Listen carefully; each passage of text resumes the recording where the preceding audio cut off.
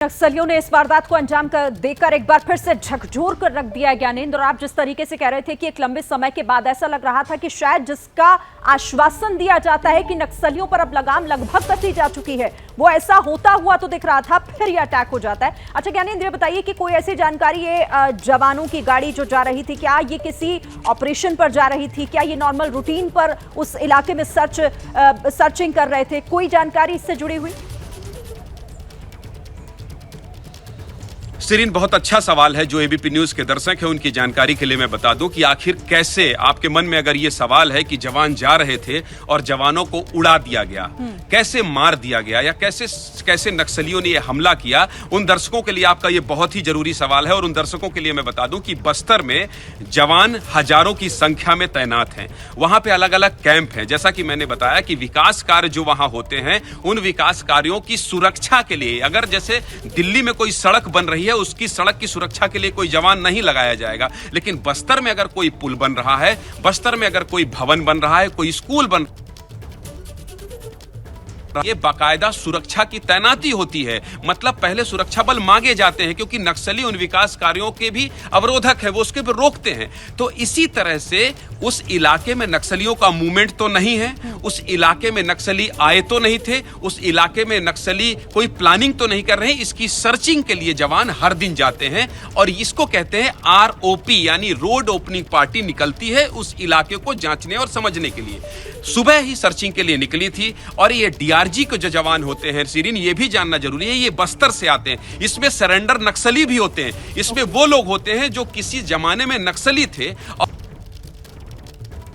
और जवान बना लिया है, या तो पुलिस में भर्ती कर लिया है और अब नक्सलियों से लोहा ले रहे हैं। गोरिल्ला लड़ाई में इनकी विशेषज्ञता होती है। तो ये जवान जो होते हैं ये बेहद महत्वपूर्ण है और ये स्पेशलाइजेशन इनका नक्सलियों से लड़ने का ही है।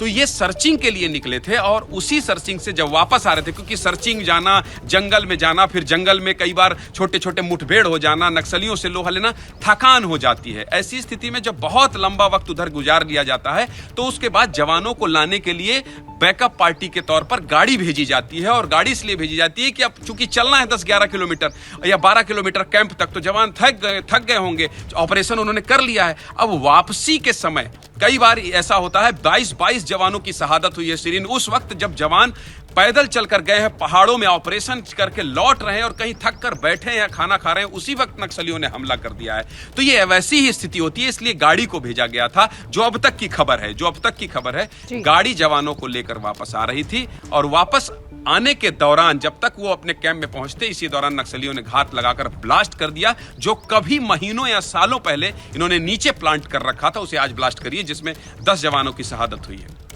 और यहाँ पर ज्ञानेंद्र देखिए, नक्सलियों पर कैसे उन्हें यहाँ से उनका खात्मा करना है या फिर उनका इलाज क्या है, इसको लेकर भी लगातार बात होती रही। लेकिन इस बार भी पैटर्न कहीं ना कहीं वही इस्तेमाल किया गया है हमला करने का, जो अमूमन पहली वारदातों में, पहले हमलों में देखा जाता रहा, IED प्लांट करके ब्लास्ट कर देना। देखिए, जम्मू कश्मीर से जो जवान यहाँ आता है सिरीन, जो जम्मू कश्मीर से आता है, नॉर्थ ईस्ट से आता है, या तो फिर देश के अलग अलग बॉर्डर से आता है यहाँ तैनात CRPF का, वो ये कहता है कि पूरे देश में अगर कोई सबसे खतरनाक टेरेन है वो बस्तर है। क्योंकि आपको यहाँ बस्तर में कहीं नहीं पता है, चाहे वो पत्रकार हो, चाहे वो जवान हो, कि नीचे जमीन में कहां पर IED लगा हुआ है, कहां पर नुकीले तार लगा दिया है नक्सलियों ने। तो इसी तरह से ये जो पैटर्न, आपने ये भी बहुत अच्छा सवाल आपने किया कि जो पैटर्न है, ये पैटर्न नक्सलियों का वही है कि नक्सलियों को ये पता है कि यहां से जवानों को गुजरना ही है, ये सड़क है ही, ये आवागमन का साधन है ही, 24 घंटे 365 दिन यहां पर कोई भी ऐसे नजर लगाकर नहीं रख सकता। वो रात को आते हैं, गांव के लोग ही होते हैं जो उनकी मदद करते हैं और नीचे प्लांट करके कनेक्शन है, वो दूर एक पेड़ में होता है जिसे टच करते हैं और ब्लास्ट हो जाता है। तो ये पैटर्न वही है। और ये छत्तीसगढ़ सरकार के उन दावों पर भी सवाल है जिसमें मुख्यमंत्री भूपेश बघेल ये दावा करते रहे कि नक्सलवाद की लड़ाई अंतिम चरण पर है, नक्सलवाद खत्म है, खात्मा हो रहा है। अगर खात्मा हो रहा है तो आपका फिर ये इंटेलिजेंस कहाँ था? जैसे कि परंपरागत तरीके से हम भी पूछेंगे कि क्या ये इंटेलिजेंस फेल्योर है और आपके जो दावे हैं उस पर कितनी सच्चाई है। चुनाव का समय है, 2023 विधानसभा चुनाव है दिसंबर में। बीजेपी भी कहेगी कि आप कहते थे कि 15 साल पहले हम नक्सलवाद को जन्म दिए हैं, तो फिर आपने क्या किया। तो ये अब ये पूरा जो ये जो पूरी शहादत है नक्सली माफ कीजिएगा नक्सलियों को जो हमला है जिसके बाद से ये जो शहादत हुई है इस पर सियासत भी होगी, लेकिन नक्सलियों ने जैसे अभी तक हमलों को अंजाम देते आए हैं उसी पैटर्न से इस हमले को भी अंजाम दिया है। और एम्बुश का जो ब्लास्ट जो आपने कहा कि नक्सलियों के लिए इसलिए क्योंकि उसे नीचे प्लांट कर दिया, गोलीबारी में नक्सलियों को यह पता होता है कि आमने सामने की लड़ाई में उनका भी एक बहुत बड़ा नुकसान होता है, बहुत नक्सली मारे जाते हैं। ऐसी स्थिति में उनके लिए सबसे सरल और सहज ये है कि वो नीचे आईईडी प्लांट कर दें और बड़ी बड़ी एंटी लैंडमाइन व्हीकल सीरीन, जिसको इसलिए बनाया जाता है कि वो बहुत विस्फोटक को बर्दाश्त कर लें। मैंने देखा है पिछले 10 सालों में छत्तीसगढ़ के बस्तर में नक्सल प्रभावित इलाकों में कि जो 50-50 किलो आईईडी का इस्तेमाल करते हैं।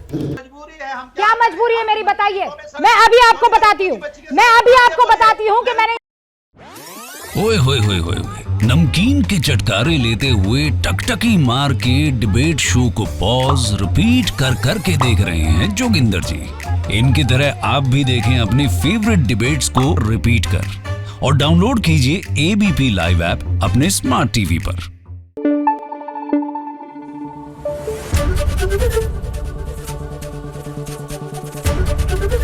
एबीपी न्यूज आपको रखे आगे।